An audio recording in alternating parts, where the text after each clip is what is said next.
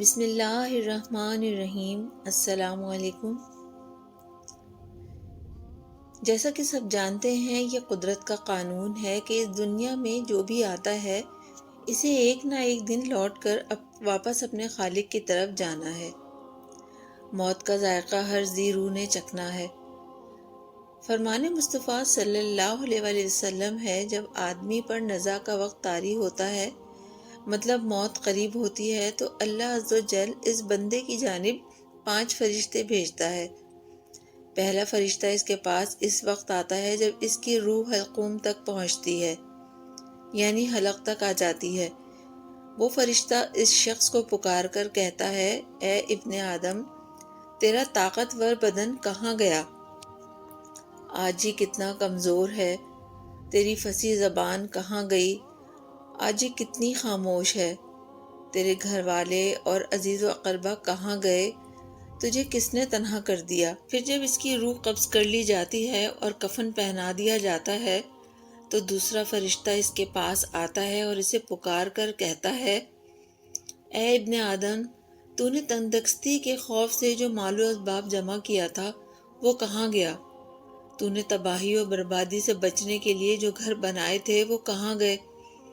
تو نے تنہائی سے بچنے کے لیے جو انس تیار کیا تھا وہ کہاں گیا؟ پھر جب اس کا جنازہ اٹھایا جاتا ہے تو تیسرا فرشتہ اس کے پاس آتا ہے اور اسے پکار کر کہتا ہے، اے ابن آدم، آج تو ایک ایسے لمبے سفر کی طرف رواں دواں ہے جس سے لمبا سفر تو نے آج سے پہلے کبھی طے نہیں کیا۔ آج تو ایسی قوم سے ملے گا کہ آج سے پہلے کبھی اس قوم سے ملا نہیں۔ آج تجھے ایسے تنگ مکان میں داخل کیا جائے گا کہ آج سے پہلے کبھی ایسی تنگ جگہ میں داخل نہ ہوا تھا۔ اگر تو اللہ عز و جل کی رضا پانے میں کامیاب ہو گیا تو یہ تیری خوش بختی ہے، اور اگر اللہ عز و جل تجھ سے ناراض ہوا تو یہ تیری بدبختی ہے۔ پھر جب اسے لحد میں اتار دیا جاتا ہے تو چوتھا فرشتہ اس کے پاس آتا ہے اور اسے پکار کر کہتا ہے، اے ابن آدم، کل تک تو زمین کی پیٹھ پر چلتا تھا اور آج تو اس کے اندر لیٹا ہوا ہے۔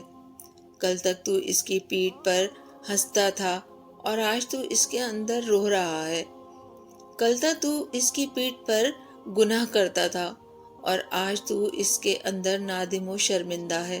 پھر جب اس کی قبر پر مٹی ڈال دی جاتی ہے اور اس کے اہل و عیال، دوست و احباب اسے چھوڑ کر چلے جاتے ہیں، تو پانچواں فرشتہ اس کے پاس آتا ہے اور اسے پکار کر کہتا ہے، اے ابن آدم، وہ لوگ تجھے دفن کر کے چلے گئے، اگر وہ تیرے پاس ٹھہر بھی جاتے تو تجھے کوئی فائدہ نہ پہنچا سکتے۔ تو نے مال جمع کیا اور اسے غیروں کے لیے چھوڑ دیا۔ آج یا تو تجھے جنت کے عالی باغات کی طرف پھیرا جائے گا یا بھڑکنے والی آگ میں داخل کیا جائے گا۔ یہ زندگی بڑی مختصر ہے، ایک نہ ایک دن ہمیں بھی اسی گھڑی سے گزرنا ہے۔ ہمیں نہیں پتا کہ کب اور کہاں سے موت آ جائے، اس لیے ہمیں اس وقت کی تیاری کرتے رہنا چاہیے اور اللہ کی عبادت اور نیک اعمال کرتے رہنا چاہیے۔ اللہ رب العزت ہمیں ہدایت کی توفیق عطا فرمائے، آمین یا رب العالمین۔